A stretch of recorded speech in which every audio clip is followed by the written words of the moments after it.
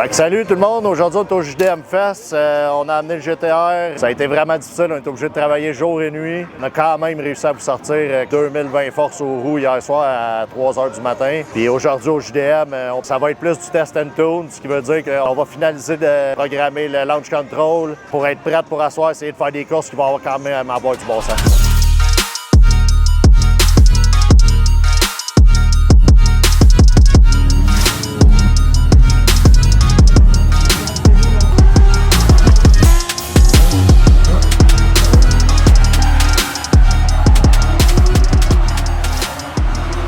Là, tu dis, c'est quoi le vibe? Le vibe? Ouais. Je feel le vibe.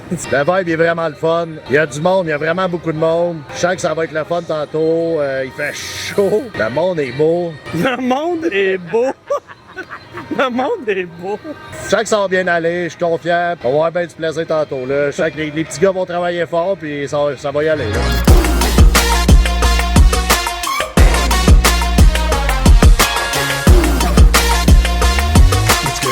Il y a presque pas de monde, on est vraiment bien ici, tout. Hey, je suis à l'aise, là. Moi, je pourrais partir à courir les fesses à l'air, ici.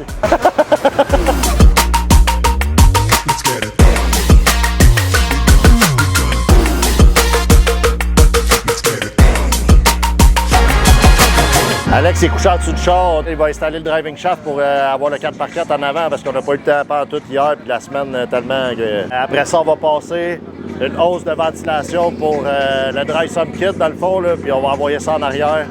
Puis pour aujourd'hui, ça va être pas mal ça. Après ça, ça va être des tests à tour, ça track. On va voir comment ça va aller là en espérant que ça pète pas.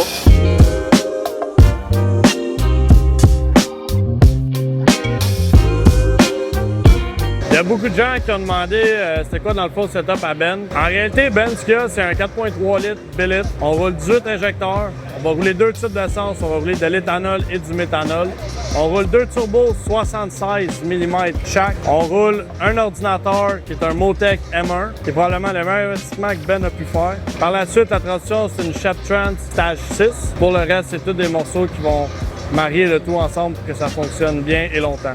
Au niveau de la fabrication, dans les dernières semaines, là, ce qu'on a fait, c'est qu'on a fité dans le fond les turbos, les 76 mm. C'est arrangé justement pour avoir suffisamment d'espace là, pour qu'on puisse les installer sur la voiture parce que c'est pas vraiment fait pour aller là à la base.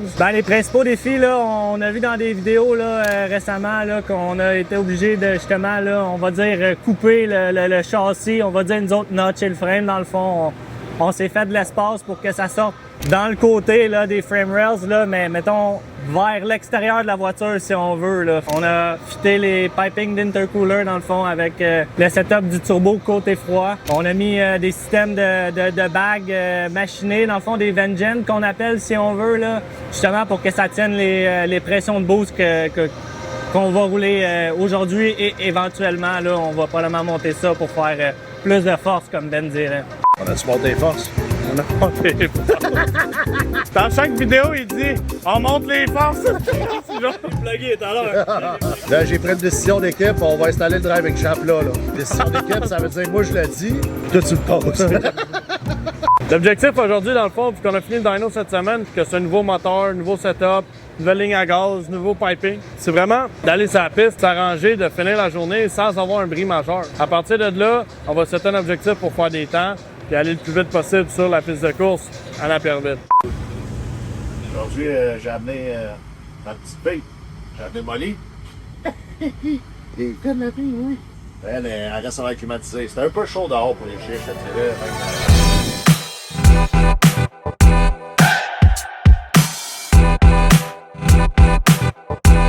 Là, on approche de l'heure du départ des courses, c'est que là, il y avait le meeting des pilotes.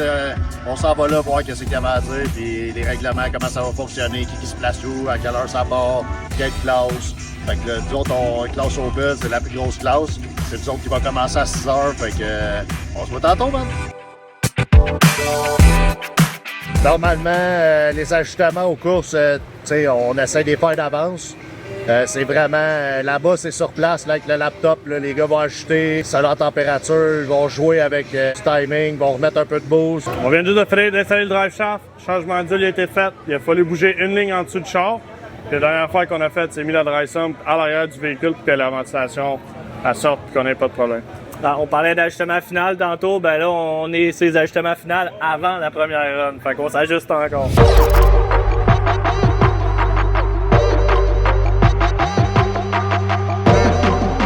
Fait que là, c'est l'heure. Ça va essayer ça. En espérant que tout tough, là.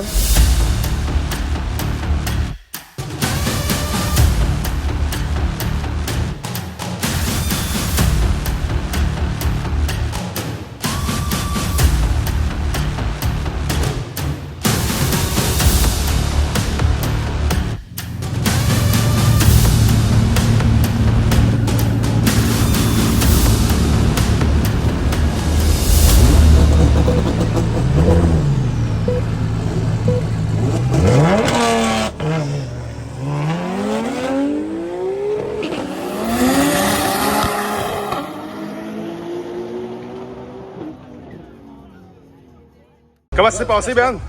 C'est quoi tes feelings? C'est violent, sacrément. La première run est faite, comment ça s'est passé? Écoute, c'est sûr que comme on l'avait prévu avec le Pro Tri, ça va être difficile, ça va être une game vraiment au décollage. Là, au moins, ce qui est le fun, c'est que j'ai du data. Fait qu'on va faire des ajustements avec le data qu'on vient de s'apercevoir. Puis on va y aller en s'améliorant. C'est quoi ton feeling? Il manque d'RPM au décollage. Quand Ben il a décollé, on a senti le moteur comme vouloir crever. Donc ça c'est une indication pour moi qu'il faut que je monte l'RPM au décollage. C'est sûr que si je monte trop haut l'RPM, ben là la voiture va vouloir patiner.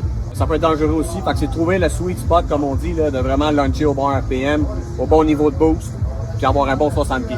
C'est la première fois que je faisais 8e de 1000, les lumières, la stage, les gars de Civic qui stage vraiment rapidement. Moi c'était un peu plus long parce que vu la grosseur des turbos, mais il y a un coup que le char a accroché, ça a parti, puis je l'ai eu, mais pour vrai, là, ils sont en train de checker, il va falloir que je me stage plus vite que ça parce qu'ils vont me jouer des taux de la soirée.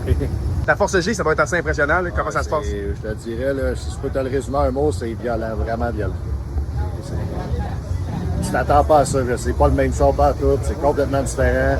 Ben, je suis content pour une première run, ça y a été, le corps pas hydraté, ah ouais, let's go. Ça y est, c'est pas le temps.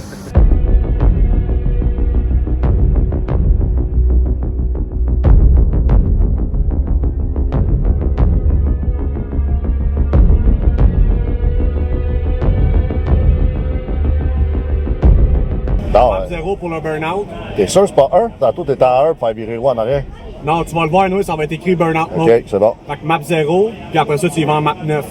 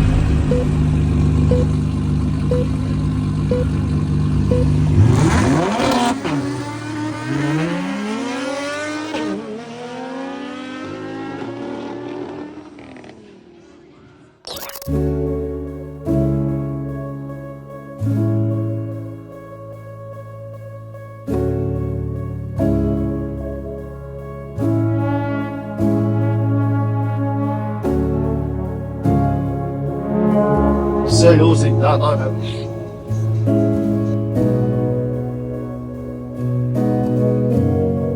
Quand on vient là, il n'y a pas celui qui passe là. Ça peut pas avoir une statique, c'est pas ça. C'est pas quelque chose qui peut être. Mais c'est pas c'est quoi, là. Il y a une chose qui est sûre, c'est qu'il est chier.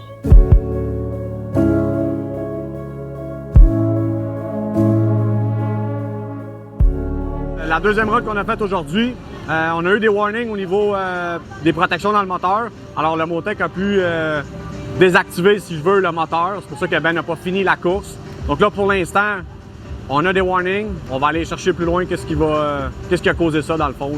On va investiguer ça puis on va revenir là-dessus plus tard. Écoutez, les courses, c'est ça. Des journées, ça va super bien. Des journées, ça va super mal. C'est plate. Ça fait 1 mois et demi qu'on travaille. Tout le monde à s'arracher le cœur pour ça. Puis, écoute, le Motec a détecté quelque chose. Et c'est ma mode de sécurité. Puis, c'est ça, la journée est finie. Puis, c'est ça les courses, man.